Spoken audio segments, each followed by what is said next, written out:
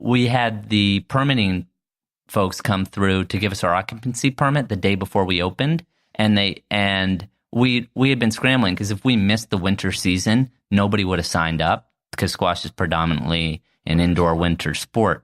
So if we hadn't opened in early January, we would have started missing our numbers right away.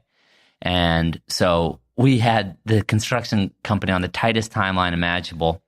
The permitting people come in, failed. We'll be back in 2 weeks because we had a couple exposed wires where we forgot to put, those little plastic caps. And I was like, 2 weeks. I said, we've got school buses showing up tomorrow with kids. I said, we'll be here all night. Is there any way you guys can come tomorrow? And he said, no. And I said, guys, the kids are coming tomorrow.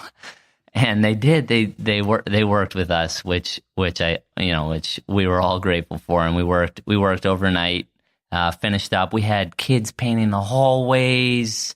We were laying down flooring. I mean, the whole thing was just madness. And then to open up and be operating the next day. So I don't want to scare people away, but yeah, it was 100-hour weeks for a year. Easy.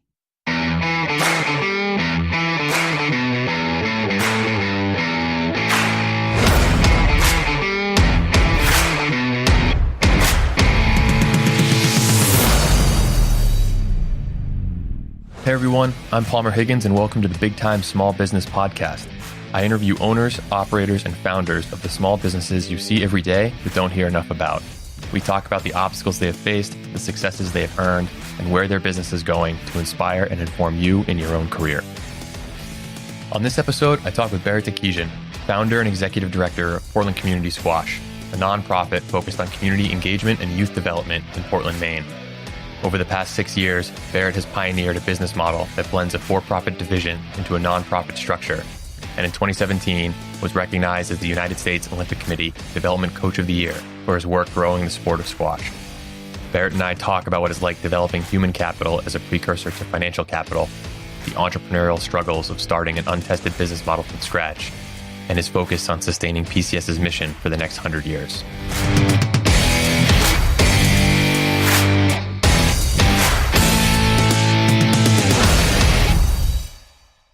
Barrett Takesian, welcome to the Big Time Small Business Podcast. Really happy to have you here. Great to be here. So I think this one's going to be a little bit different. It's definitely going to be a little bit different from all my other podcasts because Portland Community Squash, of which you are a co-founder and executive director, is a nonprofit. And I think a lot of people in the world of business see a clear line of demarcation between profit and nonprofit.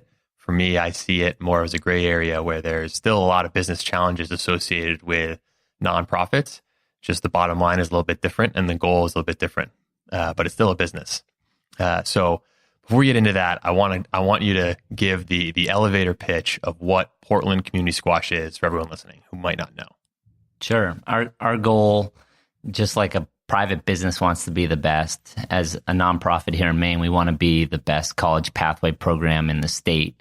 And when we talk about college pathways, we're talking about an inch wide, a mile deep. So we work with a smaller group of students. There's about 100 students in our program, but we work with each student for at least 10 years. So when students come into our program, 4th, 5th, or 6th grade, they immediately get put into our curriculum, which is equal parts squash, wellness, and academic support.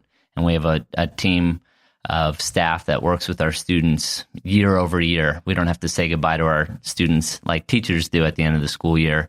We get to form these long-term relationships. And what makes our organization unique is that while we have this really proven and well-thought-out youth development model, we also have community access to our facilities. So we have about 300 families and adults that come in and use the facility when the kids aren't there. And for us, that helps us deliver on our mission because it's a source of earned revenue, but even more so, it's a base of volunteers and donors and also a network for our students to access. So there's a lot of our students are going to be the first in their families to go to college, and we try to serve an intentionally diverse group of students, and we have these amazing resources to offer them.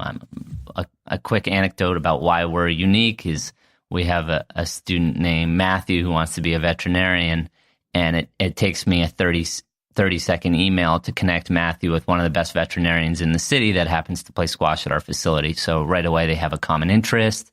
They both have ownership over this building that we've created. And Matthew all of a sudden has a great mentor to help him through his high school development and towards his goal of being a veterinarian. So there's the elevator pitch about why we're creating something special at Portland Community Squash. Yeah, you said a lot there, and I'm going to come back to the very unique model of a nonprofit that has a revenue generating that's not donation generated arm to it. I think that is very unique. It's very unique to certainly the community squash programs. But to take a step back, for those that maybe aren't familiar with the community squash programs, like a Squash Busters, like a City Squash, fair to say that when you talk about youth development, youth engagement, we're talking big brothers, big sisters, but with a squash focus on the activity side, but otherwise same involvement in education, wellness, after school programs, stuff like that. Yeah, we fall under a cluster of programs that are almost like a second family. We use a lot of these youth development programs that are seeing a lot of success, identify their hook really quickly. For us, we use squash, and there's a lot of other great examples of where squash has been a great hook. But it could be figure skating, it could be theater, it could be debate club. You get a hook that gets students interested, and then what are the wraparound services that make a person successful? So we teach a healthy lifestyle, we teach academic excellence and work ethic, and we also show a very clear path through middle school, high school, and college matriculation, and eventually graduation. So I think most people who haven't played squash, or maybe they only tangentially know of squash, they're thinking, squash, how is that a hook, right? Mm-hmm. Thought of as fairly elitist sport. They might associate squash with one of those sports where you have to wear all whites, and it's a club type activity. So I think good opportunity now for you to take a step back, talk about your relationship with squash and why you've chosen squash to be the hook for a purpose that definitely is far bigger than just squash. Yeah, squash has that reputation just because the courts are expensive, and in this country, we've only prioritized building them on private schools and country clubs, but that's starting to change. And in Portland, a tool like squash is great because it's an indoor sport. All you need is a pair of sneakers to play. We provide the rackets and everything else. And you can play it year-round in a cold climate area. It's one of the best workouts of any sport. It's, lunging and sprinting around a court for an hour straight. So, and then lastly, you put a racket and a ball in a kid's hand and tell them to hit it against the wall, and they're going to love it. So the sport's fun. It was something I was good at. And our student retention rate would be proof in itself that it's been a great hook for us. Sure. So let's take a journey through the start of Portland Community Squash, because in a lot of ways your physical facility here in Portland is relatively new, but Portland Community Squash is not new, certainly from the genesis of it in your mind. So let's go back all the way back. You graduate school, you go work in business selling insurance. Not a big fan of it. But you did it well. You had a great story about selling insurance, but you're volunteering at the YMCA locally, and that's really where, for you, the idea of Portland Community Squash starts. Yeah, absolutely. I get to mentor and talk to college students and high school kids and young adults all the time, and one of the biggest things I emphasize is everyone needs a side hustle. I mean, you can be doing any job in this economy as long as you're doing something you're passionate about as your job or on the side. Good things are going to happen. So for me, I never let go of my passion of squash. I never let go of my passion of bringing people together and working with youth. And that energy attracted people to the program I was running as a volunteer at the YMCA, and it inspired me to then go and work for a really successful youth development program in Lawrence, Massachusetts, and eventually to make the jump to pursue Portland Community Squash as a full-time project. Yeah, so you say that sort of matter-of-factly, but I think that the details around that are far more drastic, right? So you say that you go work for Squash Busters in Lawrence from Portland. That's a 90-minute drive each way. Mm-hmm. And you're going there 6 days a week? Yep. 6 days a week to learn how successful youth development programs with a squash hook work, so you can emulate aspects of those into a program that you want to start in Portland. Yeah. So, in a city that is very small. Yeah. And the traditional models have really only been laid out in much bigger urban metro areas where there's bigger sources of, call it capital, call it wealth, to draw on to support a nonprofit like this. Exactly. So talk about some of the complexities associated with trying to bring a squash youth development program to a city like Portland and how you address them. Yeah, you just hit on both some challenges, but also opportunities of being in a smaller market. The challenge was exactly that. We didn't have any existing wealth around the sport in Portland. The opportunity was that we didn't have no courts in Portland. No regulation courts in Portland. But the opportunity was that there was no established infrastructure that was separating a private, people that would play at a private club from students that might be in an urban squash program, from students that might play at their school. So that segregated infrastructure didn't exist. So what I did is I went and learned the heart, or what I would call the philanthropic heart of the sport, this squash and education model in Lawrence, Massachusetts. But I also went on what you could call a vision quest. And I not only looked at and learned from Lawrence, but I visited 14 other squash and education programs around the country. I also learned everything I could about every private club in New England. And then also did a lot of research on high school and collegiate programs as well to see what do people like about those programs, and why don't we just take the best part from all of those and do a mixed-use facility that would capture the positive energy from each one of those uses. And so that's where we started really seizing the opportunity of being able to create something new. And I'll jump ahead a little bit and just let you know that we're now, our model, even though we're a relatively new organization, our model is being shared with every small and large city across the country where squash is starting to grow, as this is the direction we should be growing the sport, and infrastructure that's inclusive and celebrates the best of our sport. Yeah, so I want to talk about that. I alluded to it earlier. The business model is unique, and that is not just for nonprofits. It's a unique business model, period, whether you're a for-profit business or a nonprofit. And you say it in a way that sounds easy, right? You do all this research and all the different facets of squash, of youth engagement, of youth development, and you pilfer the best of all of them. So, that sounds great, but what does that really mean? And can you dive a little bit deeper in exactly what's unique about the PCS model and how you're able to implement it? Sure. Since we were doing something new, people didn't even know if it could be done legally. So I remember the first take, we had this great steering committee in the beginning before we even had a board, and just people that were passionate about helping out on this project. And for a while it was looking like, okay, we have to do a for-profit side of the business that caters to the adults and people in the city that want to use the facility. And then we have to have a separate nonprofit for our youth-centered mission.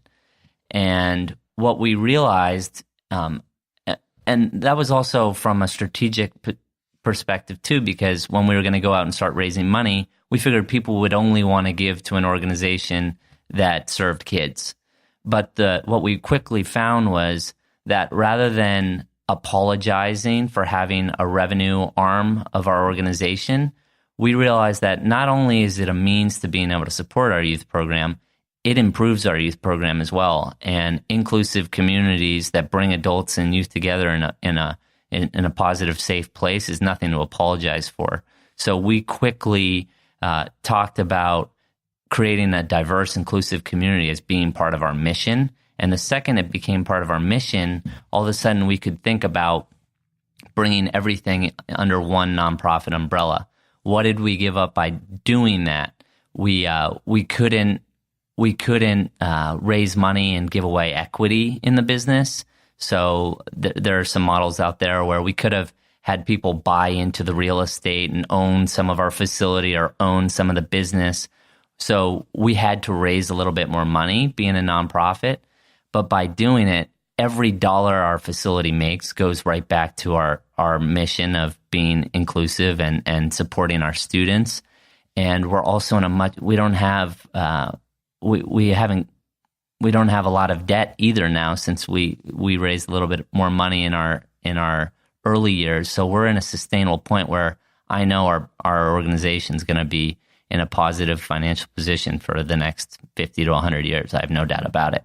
So that financial position is something you don't hear a lot about in the nonprofit world. I think a lot of times it's thought of as, you have your capital campaign, you have your annual campaign, and that offsets your operating budget. It's sort of every year you got to sort of rinse and repeat. Mm-hmm. You think about it a little bit differently because you have this revenue arm, you have a physical facility, you have essentially a squash-oriented health club for adults and families. Was that so? It seems obvious in retrospect. Awesome hybrid model, but no one else did it before. So where was the turning point for you? Where was the aha moment of saying, this is how we're going to be able to tackle it, and it's going to be a better mousetrap? So you really hit on it right there. I remember sitting down with the president of the Squash and Education Alliance. This is the spokesperson for all 24 squash and education programs across the country that have operated without a revenue component forever. And I remember pitching this idea sitting on a bench at a tournament, and Tim turned to me and said, it's too hard to walk that line of a for-profit and a nonprofit at the same time. And I can absolutely understand where he was coming from, because it is difficult to have every constituency represented. But in Portland, we all shared that vision of walking the line and doing it together. So it's not like one group was going to be fighting for court time over another. Everyone wanted the organization to be successful. So I knew it would work in our market. And the fact that we've been able to do it successfully now, we had to walk the line, but I think it's now inspired other people to see that it is possible.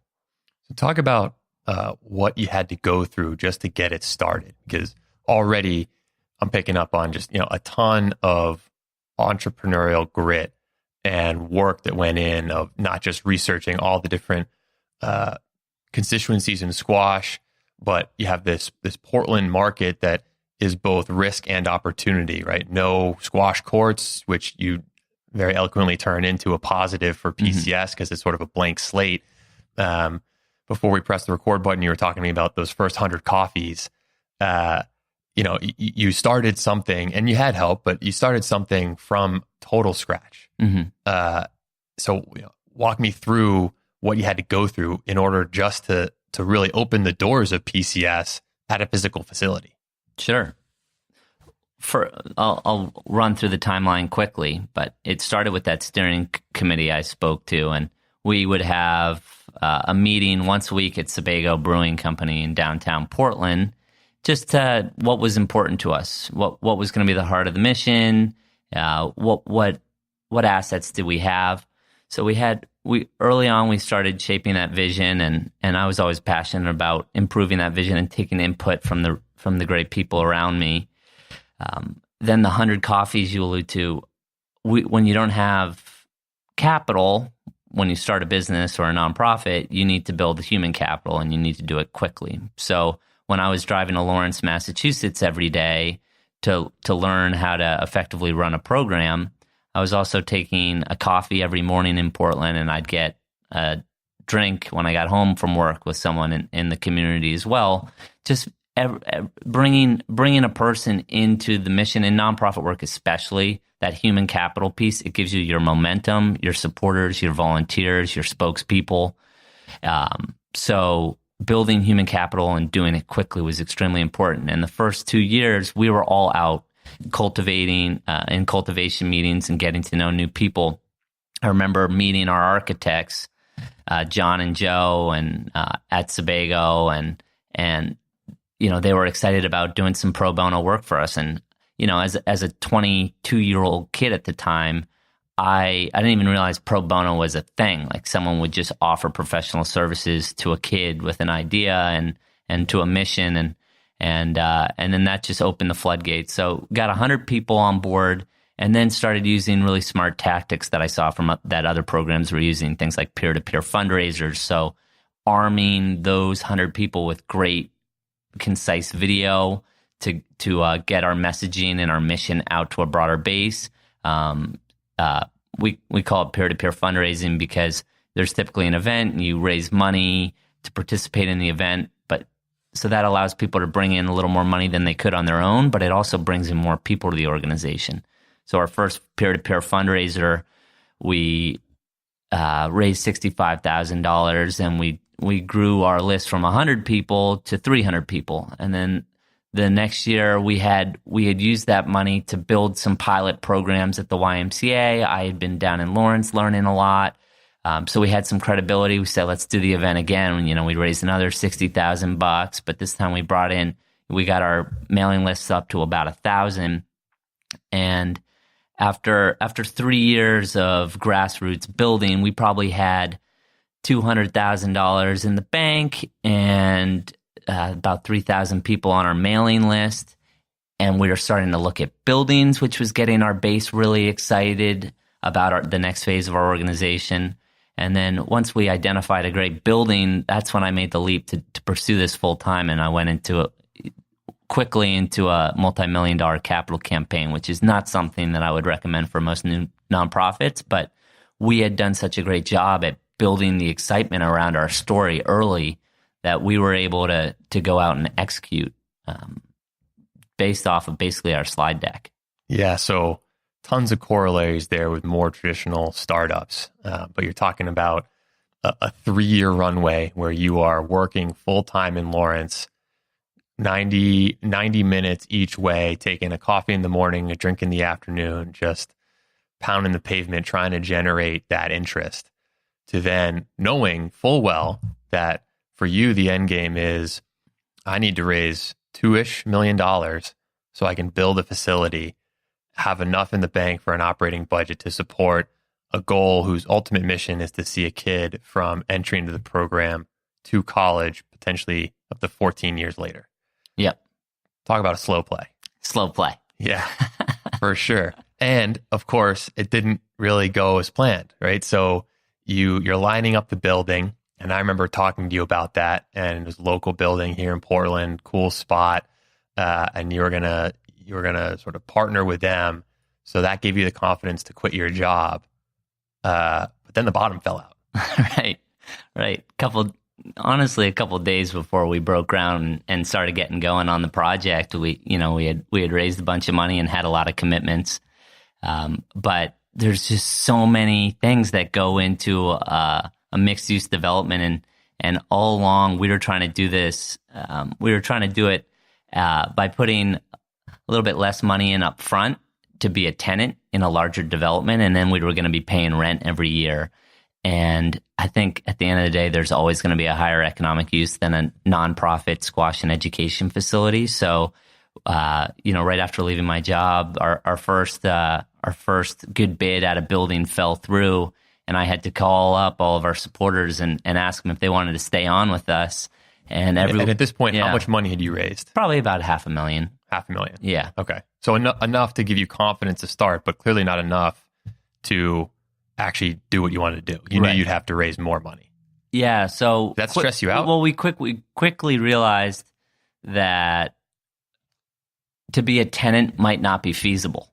So we were going to have to raise more money. Yeah. So we might have to build and develop and find the right space and build it out. And subcontractors are in high demand, and, materials are expensive and land's hard to find, and Portland real estate is on the up. So, it was a little bit daunting, but to be honest, it just might be part of my personality. But I woke up the next day And my philosophy has always been just make the organization stronger every day. So the next day I woke up and I said, what do I have to do today? And is that just tremendous optimism, or are you too young to know really what it was going to entail? So, it was one of those, if I had known what it was going to take at the outset, I probably would have been, I probably wouldn't have done it. The story I tell about that one is my dad told me to put a timeline on the project when I was first starting the project. You give people a timeline and a deadline, and it makes people get things done. But for me, it's always been, listen, I'm going to keep working until this thing happens. So I wasn't stressed out. Wasn't my optimism. It was actually something that the developer said to me that really changed my mind, that put my mindset at ease. It was, sometimes we needed that first vision to get to our first $500,000. If we didn't have the vision, we never would have raised that first $500,000. And sure, we had a setback, but all of a sudden we were in such a stronger position than if we were starting from scratch. So you use that first failure to leapfrog to the next goal. And for us, we ended up taking a bigger leap and having to raise. We knew we were going to have to raise at least $1.5 million. At this point we've put about $2 million into our new facility, but we're not paying rent now. We're in a much stronger financial position. We're able to serve more students and give away more scholarships. So it worked out the best way it possibly could have. Had that been the first iteration of the vision, do you think you would have been able to raise that first $500,000, or would it have been a bridge too far? Hey, we're going to go from idea to owning a physical building and property. It's in an old synagogue. Yeah, we're going to put in 4 courts. Those aren't cheap. Right. And, trust me, this is going to work. Portland's never had squash courts. Right. Regulation squash courts open to the public. We're going to do that. We're going to start this youth development program. Portland's never had either of those. Right. Trust me, I need $2+ million. Yeah, probably not. Right. I mean, we maybe just with our grit and perseverance, maybe we would have been able to make it work, but it happened organically in the way it should have, and it happened because we just kept a good attitude and we kept everyone on board. We never lost momentum, and that was the key. We also just had the right ingredients too. We had the right people. We had the right city. We had the right kids. We had the right economy. So you can't be naive to your environment. We were in a good environment, and that's what gave us confidence. The board was sitting there, and we were about to sign a purchase and sale agreement on this beautiful synagogue that went back to back to 1955. And we're sitting there and signing a purchase and sale agreement that's agreeing to, pay $1 million+ for the facility in 6 months' time.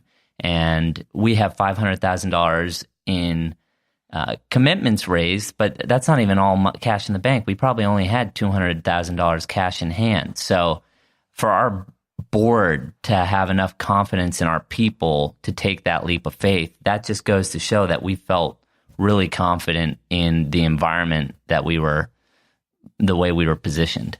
And it's very interesting you say that, because my first podcast interview, Jordan Milne from Hard Short, he was talking about making the leap from working in finance in New York to being a craft distiller in Maine, a place he had never worked, a job he had never had. And he's like, at some point I just needed to basically do something that was almost irreversible to commit me to it, right? You had to sort of tie me to this. And for him, it was buying a $250,000 still. And he had 18 months until delivery, and that was sort of like what got him going. Much like what your father said, a deadline to work towards. It sounds like that's very similar. You were signing a purchase and sale 6 months away for a building that you couldn't afford.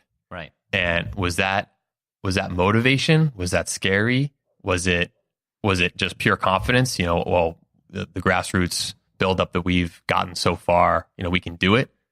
It sounds freaky.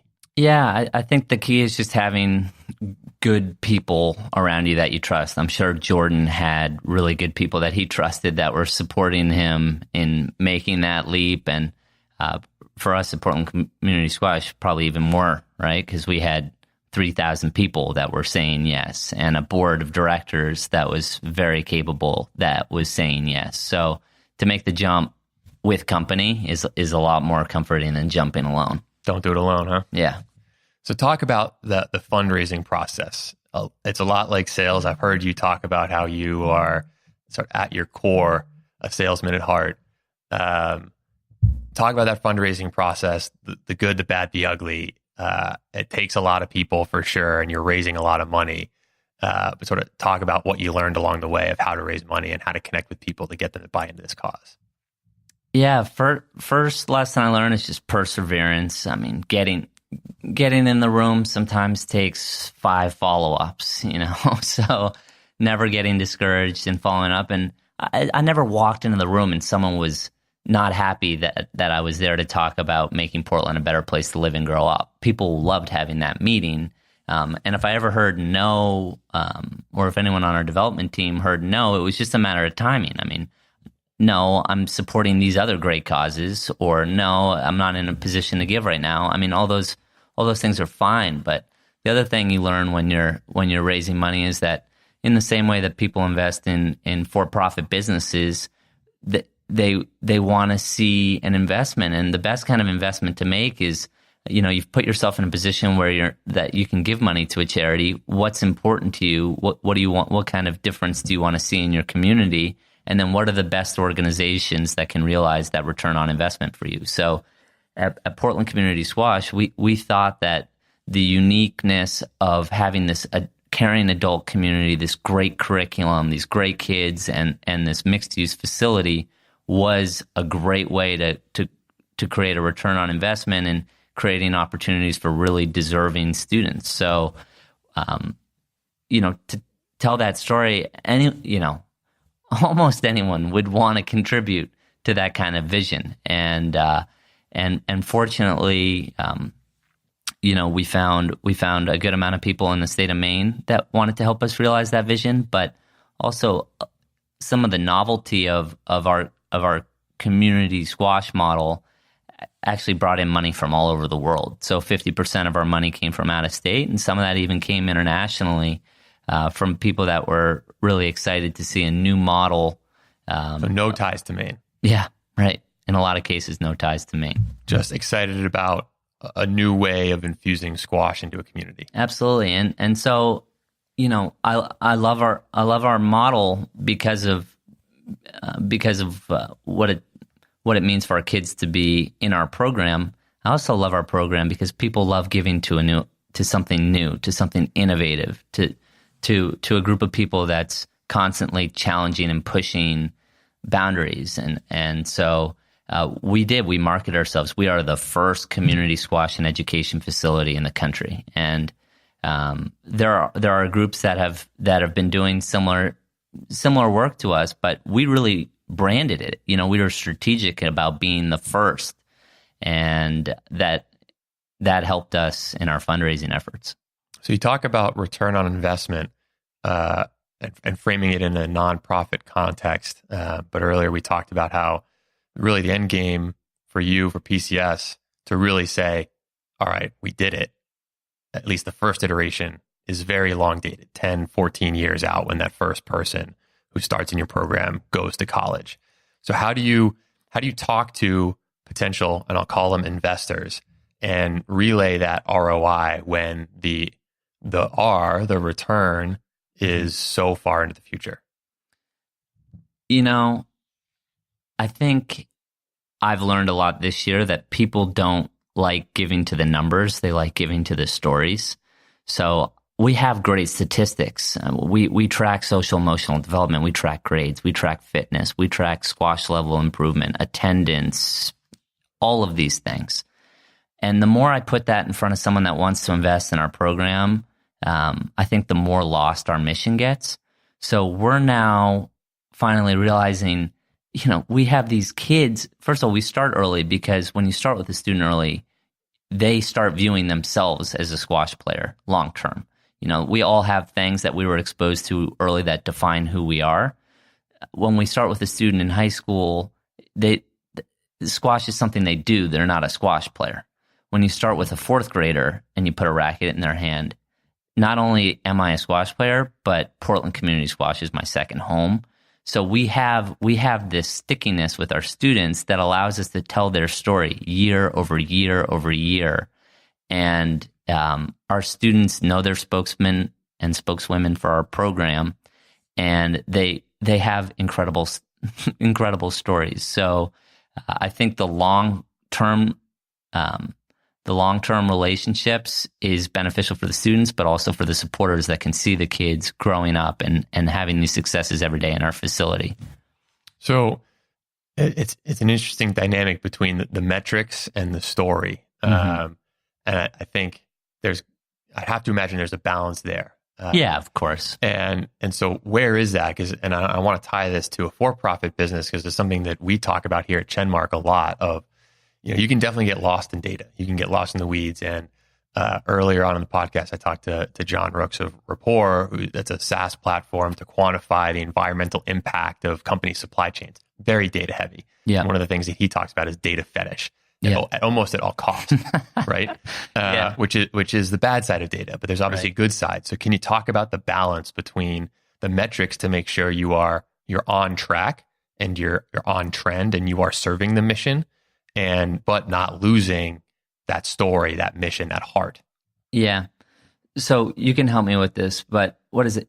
Microsoft BI, or what's the business intelligence? Is that the dashboard that Yep. kind of accumulates a lot of your data? Well, I was on TechCrunch, or TechSoup, that gives away these SaaS systems to nonprofits, and I saw something about that, and I was like, man, imagine this dashboard. We can see student attendance on the great pie chart, and I can see the social emotional development and the fitness development, and I can overlap the demographics of our students with the academic performance and all this. So I definitely, I drank the Kool-Aid too at some point there, and I wanted to just dive in headfirst to data. But at the end of the day, we've found the indicators that are actually important to us, and we only use data that we can act on. So what are those? So we partnered with Harvard to roll out a social emotional development set of surveys called the Holistic Student Assessment.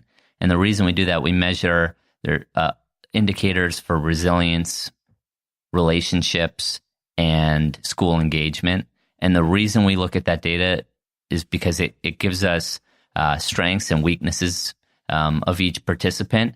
And the reason that's so important is we actually use that data to create mentor matches. So when we're giving a student a mentor, we're hoping that mentor is with them for 7 years, and we want them to have some similar traits, but also to have complementary traits. So an adult might have know how to create great peer relationships, and that student might have peer relationships, might be a difficulty area. That's an instance where we can actually use data, and we sit down and we look at those student profiles to make decisions for the organization. Same thing with attendance and behavior.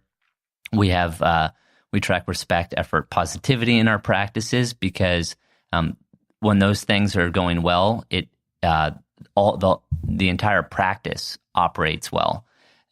So we want to reward that behavior. So we track it to know what's going on, and then students with great rep, which is our behavior indicator, and great attendance, they get first choice to which tournaments they travel to on the weekends, which community service trips, which college visits. So we only track data that we can act on, and we report that data out to our supporters, and then we overlay that with the stories of the kids, because that's what's most important to us, and that's what resonates with our base. Yeah, so that's 100% true in for-profit businesses as well, focusing on the data that you can have an impact on that is actually a leading indicator and an influencer on outcomes that you care about. Mm-hmm. Any examples of data or metrics that you found that you tracked originally, but you found were basically useless and you stopped? Absolutely. That's what I give the interns. No, I'm kidding. So we have great back-end software that allows us to dig into a lot of different data points and just little things like mapping addresses and trying to look at neighborhood trends on attendance and things like that, but just going a little too deep anything that takes more than 45 minutes to pull is probably not going to be pulled very often. So probably not very indicative of, I mean, you're finding correlations where there is no causation. Right. Yeah. I can't think of the best anecdotes, but I'm sure I've wasted some time in my office chasing data points but getting another on the same topic. We've spent a lot of time getting our financials to tell our organization's story as well. So we use kind of class codes to class out adult P&Ls versus student P&Ls, and we break it down by program. But it's taken some nuance and some critical thinking about our chart of accounts and our reporting so that outsiders can look at our financials on our 990 and our board can look at our financials and be able to see the whole organization operating with these different uses in the building. So I don't take the financials lightly.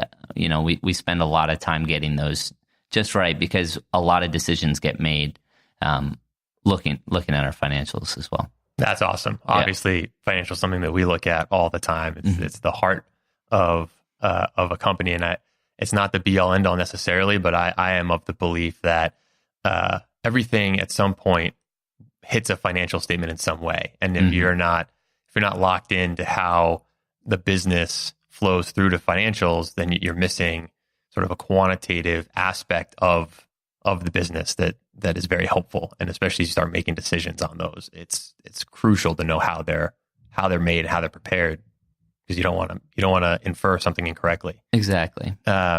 Is that something that you focused on initially, or is that something that you've learned that, hey, in order to understand my business more, I need to be more financially savvy, because you don't necessarily have a finance background. Right. So when you start an organization, the financials are really easy because there's not a lot of transaction. There's not a lot of charts of accounts. But as we grew the business, and we have an unbelievable treasurer that audits our work daily, basically as a volunteer, which she's an absolute rock star. But when intricacies popped up for our organization, like all of a sudden our pay, we were paying employees that were working on multiple different programs. Now you got to bring out their payroll. Exactly. So now you got to start. We never wanted to compromise being able to see the full story, so we had to learn the tricks to be able to do that. So creating the recurring journal entries to break up the wages and taxes under the correct expense accounts, because we never wanted to compromise being able to see the full story through our financials. So as our financials became a little bit more complicated, we had to learn and be able to keep up with it. Because if you don't keep up with it, it can get to a point where you don't look at the report because it's not telling you anything. Man, exactly. I love that. Yeah. So I see that a ton in the world of small business, where financials is something that need to be created basically for tax time, but otherwise it's not a source of business intelligence, and it's definitely not a source of proactive decision making or strategic decision making.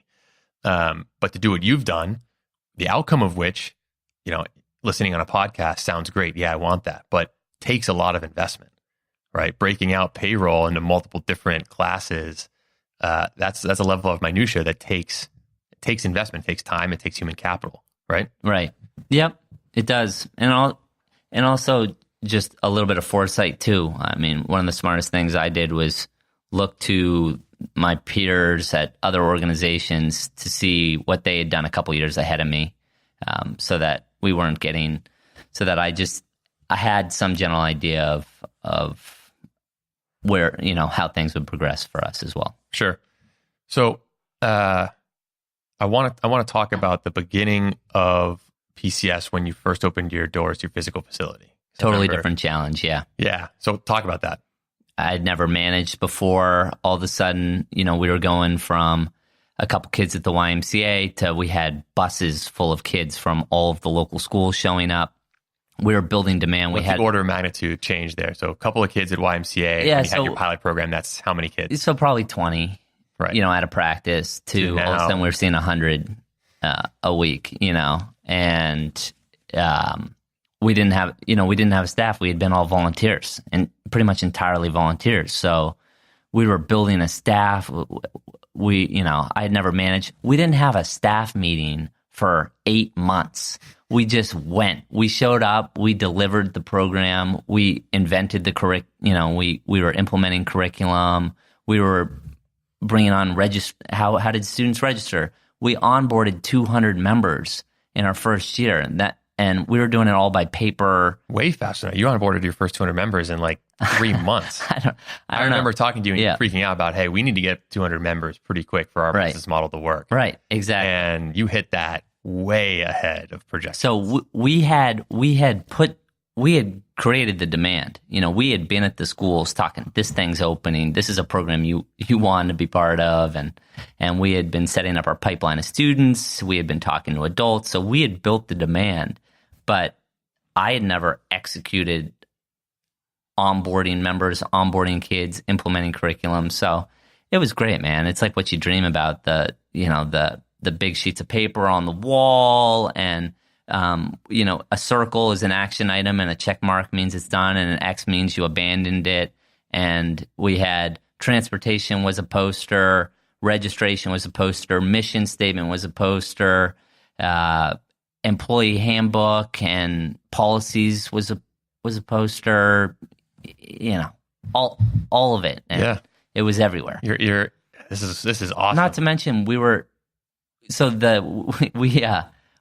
had the permitting folks come through to give us our occupancy permit the day before we opened, and we had been scrambling. So we had, leading up to opening, our construction firm, Bright Ryan, was in there. We made a calendar. It was like the drywall has to be done on this day. The electrical has to be done on this day. Because if we missed the winter season, nobody would have signed up, because squash is predominantly an indoor winter sport. Yep. So if we hadn't opened in early January, we would have started missing our numbers right away. And so we had the construction company on the tightest timeline imaginable. The permitting people come in, failed. We'll be back in 2 weeks, because we had a couple exposed wires where we forgot to put, those little plastic caps. And I was like, 2 weeks. I said, we've got school buses showing up tomorrow with kids. I said, we'll be here all night. Is there any way you guys can come tomorrow? And he said, no. And I said, guys, the kids are coming tomorrow. And they did. They worked with us, which we were all grateful for. And we worked overnight, finished up. We had kids painting the hallways. We were laying down flooring. I mean, the whole thing was just madness. And then to open up and be operating the next day. So I don't want to scare people away, but yeah, it was 100-hour weeks for a year. Easy. Nuts. Yeah, totally nuts. Great vignettes, though. I love the posters up on the wall, emblematic of that gritty startup vibe. But for me, what I hear when you tell that is, at a very early stage, pretty much right off the bat, you realized the need to, and started executing on, institutionalizing the business. Mm-hmm. And when I evaluate small businesses, on my end, it's for acquisition. The big thing that you look for is there an institutionalization of the business, or is it just purely entrepreneurially run, right? And you have enough grit and enough charisma and enough perseverance to basically have put it on your back and worked with other people, but executed. Yeah. But not in a way that would have been institutionalized to a point that other people could have come in and stepped in and taken some ownership of that off your shoulders and executed with you, which I think is unique. And was that a conscious decision? Was that something you pilfered from other groups? Was it just, it just seemed like the right thing to do, so I did it? Because it's not necessarily given that's a route that companies go. It's not a given, and some of it was good guidance. I remember when we were trying to implement a customer relationship management tool. After we had had our 100 coffees, I quickly realized that an Excel spreadsheet wasn't going to cut it, and these relationships needed to be preserved. So we rolled out Insightly, Google's customer relationship management tool, customized some of the custom fields to the information we were going to need to have, and I started saving notes of all my correspondence with all of our supporters, all of our vendors, under their under their profiles, and all those are still preserved. So the relationships are completely intact, and I've notated. It's a big part of what I do all day is document my interactions. So I know that that someone could come into my role and know be able to assume some of those relationships. So that was a big one. But I'm really happy that people are still with us on this podcast to talk about the current phase that we're in now, which, to your point, is all about sustainability. I mean, that is all I think about now. We finally feel, and our team feels like we've built something we're really proud of.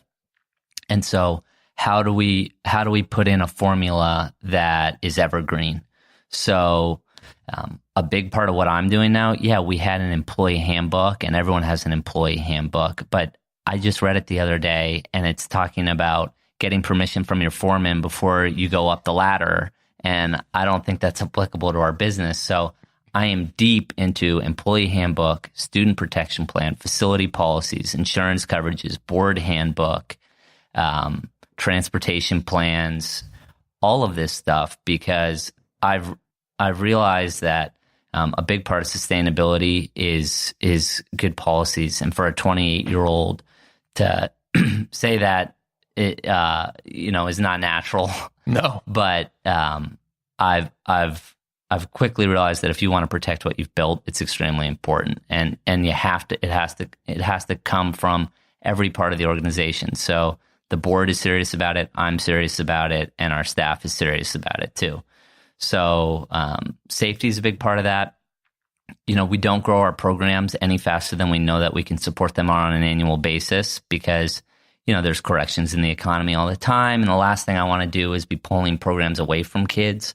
So, we have that event. We have an event called the Coastal Challenge, which is our biggest annual fundraiser. And if I can't grow the Coastal Challenge, and our development team can't grow the Coastal Challenge, we can't grow our youth programs. It's as simple as that, because we just have to think sustainably. Our roof and our building, there's probably, if you own, we own a 13,000 square foot building, there's probably $80,000 to $120,000 of annual capital expenditures to keep a building like that in good shape. So everything we do now, policies, software, partnerships with other organizations.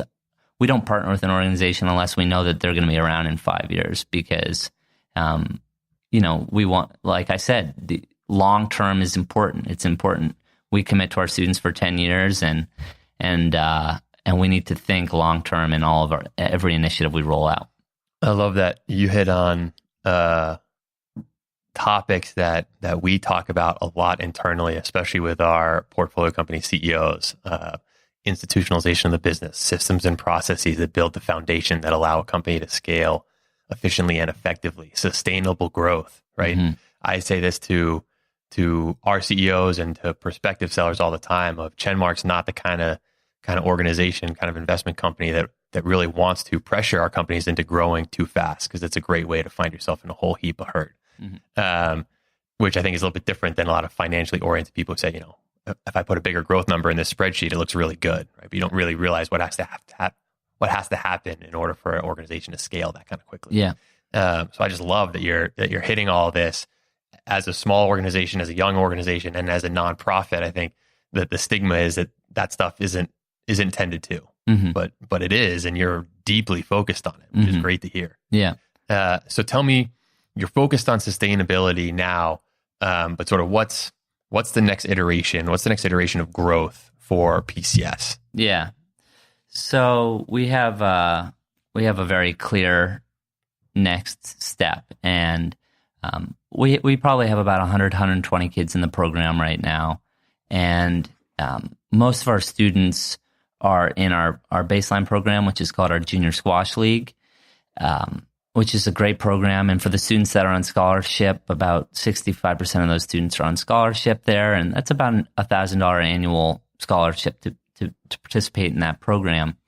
But we have a program now called Rally Portland, which is a life changer. And that's individualized academic support. It's a long-term mentor. It's weekend travel a couple times a month to get on college campuses at a young age, and it's a 7-year commitment basically once you get accepted into that program. But every time we bump a student from our junior squash league up into Rally Portland, that kind of life-changing level of investment, you're going from $1,000 program to closer to a $6,000 program. So you're adding $5,000 a year to your annual fund that you're going to have to fundraise. So right now we're at 12 students in that program. We'd like to be at 40 students in Rally Portland in the next 4 years. But, you're adding $200,000 to your annual fund. So so as a team, we know that's where we want to get. It's gonna take some strategic, community building to get there. It sounds like you've touched on a couple of times. One of the constraints of PCS was also one of its hallmarks in the beginning, which is your facility. Mm-hmm. 4 beautiful courts, tons of classroom space in a great old synagogue in a great location in Portland. But at some point, you're not going to be able to run more people through that facility. So how do you think about scaling the physical infrastructure of Portland Community Squash? Is it other facilities in Portland? Is it Maine Community Squash? Is it Portsmouth Community Squash? Where's that going? So I've also learned that the right answer is always in the collective, and for a nonprofit organization, that collective decision making usually happens at the board level. So I'm sure we'll reach the right decision at our board. We have space to expand, but in terms of executing the vision we have set for ourselves and creating a sustainable program, we still have a lot of work to do, in my opinion, before we expand. Little things about just thinking sustainably about our staff, and are they being supportive, and is it a place where that they can grow and feel happy, so I wanna do more to support our staff, to put the right systems in place. I've got a quote for $20,000 to do a camera system throughout the facility to make sure that everybody's protected. So there's a lot of work. There's a lot of incremental wins that are right in front of us, and I'm not in a rush to grow in terms of numbers. I think there's something beautiful about creating a positive culture of excellence that families and students can go through. And if we're meant to serve 100 students and 200 families, and we can do that great for a long time, I think there's something great about that. And if we're in the best position to help more students and families in Portland, and we have the opportunity to do that in a smart way, then I think the board will decide to expand. I'm not sure, Lewiston or Booth Bay or whatever might be next. That's definitely not on my radar at the moment. Fair. So, as the president of Portland Community Squash, a lot of the buck stops with you. Talk about, and I know you have a team surrounding you, the board, you have volunteers, you have staff members, but as a 28-year-old who is the president of this nonprofit, talk about the challenge of being a boss, being a manager of a business, while also being, effectively a lead salesman to generate donation and contribution to the cause. Yeah, absolutely. I think the beauty of being able to manage at my age is that there are no illusions that I know the right answers. So I try to listen and be extremely approachable. And people have, I think most times we reach a decision at Portland Community Squash, multiple people feel like they have input. Sometimes I move, just being young, I move a little too fast once in a while, and I forget to tell the right people. I remember I changed our chart of accounts, and I got a phone call from our treasurer pretty quick because our budget looked funny, and Don't move my cheese. Exactly. So, I make mistakes by being, sometimes moving a little too quick, but, having worked alone in the early years, being able to work with a team now is so much more enjoyable for me. And so I think the people around that I get to work with, see how much fun I'm having being able to work on a team. And, culture too, just like positive energy in our building is what we're selling. It's so crucial to our youth programs. I'd hope that anyone that wants a lesson in like a positive corporate and work environment should come see a middle school squash practice at Portland Community Squash, because we've got the energy and the values like done really well with that middle school program, and I think our staff has a lot of that good culture work done. Same with our board, same with our membership. So I don't know if it's just that we have good people or that we are very forward about talking about what our values are of respect, effort, positivity, inclusion. Maybe it's about being part of something that's bigger than ourselves. I don't know, but we don't have a lot of the drama that you would expect from such a robust organization. Awesome. So I want to wrap up with a couple of questions that I ask everybody. Mm-hmm. The first one, very simple, short, sweet. What would you tell yourself 5 years ago? If you go back in time, what would you tell yourself? Well, my gut reaction? Yeah. That's why I didn't tell you these questions ahead of time. Yeah, my gut reaction would to not say anything, so I didn't scare myself off. But don't tell your 5 year ago self what the road is going to look like. No, yeah. What would I tell myself? I would tell myself to, man. I'm not sure, Palmer. I think the first answer is always the best. That is my answer, man. Yeah, don't say anything. I wouldn't have. I'm an instinct player. I got to stay that way. I'm an instinct player. Nice. Okay, next one. If I gave you 4 months where nothing else was going on, you could press this magic pause button where there were no issues, phone wasn't ringing, no employees, no whatever. Press the pause button for 4 months. How do you spend that time? PCS related. PCS related. Yeah, you can't take a vacation and go travel. No sabbatical. No. I would go into the major markets and tell our story and talk to people about the return on investment in Portland right now, because first of all, the dollar goes a lot further here than the major cities. We have incredible kids and a newfound diversity in our city that we haven't messed up yet. We have the ability to do things right, starting with the opportunities we give our kids. And I think if I was focused for 4 months in the big cities, I think I could raise a couple $1 million and put our organization in a really good long-term position. Calling a shot.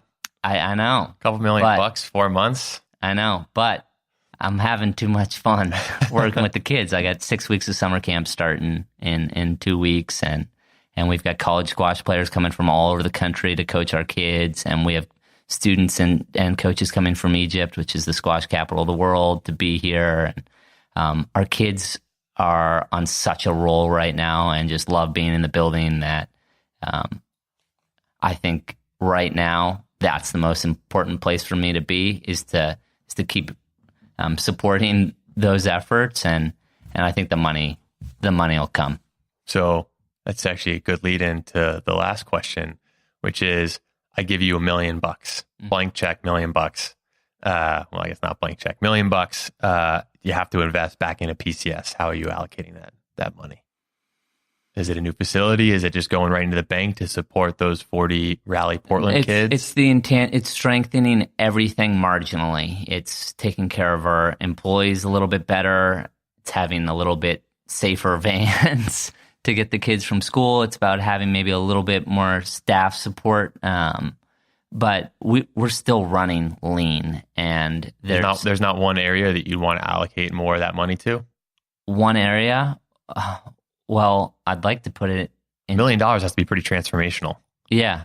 Even though you could raise that in 4 months. I wouldn't spend it all at once. That's the point. It would go into our money market, but okay, if I had to make a one-time investment, there's $200,000 that need to go on the roof, so I'd put it into the roof, and I'd probably put solar on the roof too for another $150,000, because that would take care of our heat pumps, which is costing us $1,200 a month for heat and AC right now. So that would be a long-term return.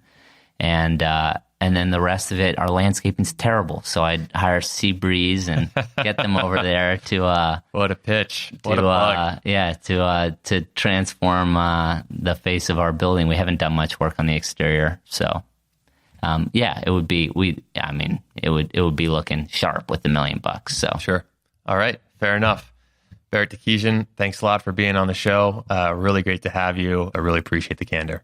Yeah, thanks a lot. Maybe you'll let me come back and interview about Chenmark, because that's pretty amazing organization you guys have built here as well. If you can get me on the other side of the mic, sure.